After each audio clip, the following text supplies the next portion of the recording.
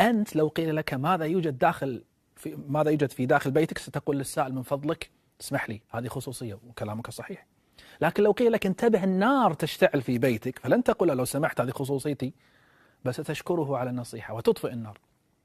طيب نفس الشيء، أشكر الناصح لك في الدين، فنار الآخرة أخطر من نار الدنيا.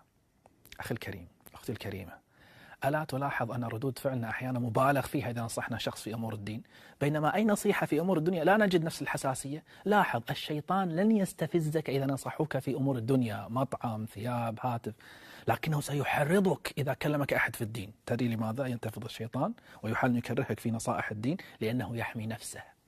الناصحون لك يعتبرون خطر على وجود الشيطان.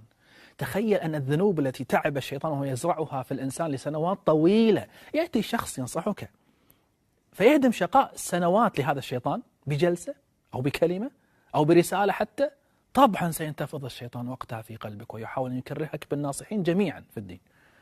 خطر عليه. قد يقول قائل نحن لسنا أطفالا يحركنا الشيطان بهذه الطريقة. من قال لك؟ لا تستهن بعدوك. الشيطان أغوى آدم عليه السلام، هو نبي من الأنبياء، فنعم ممكن أن يحرك الشيطان مشاعرنا تجاه بعضنا البعض.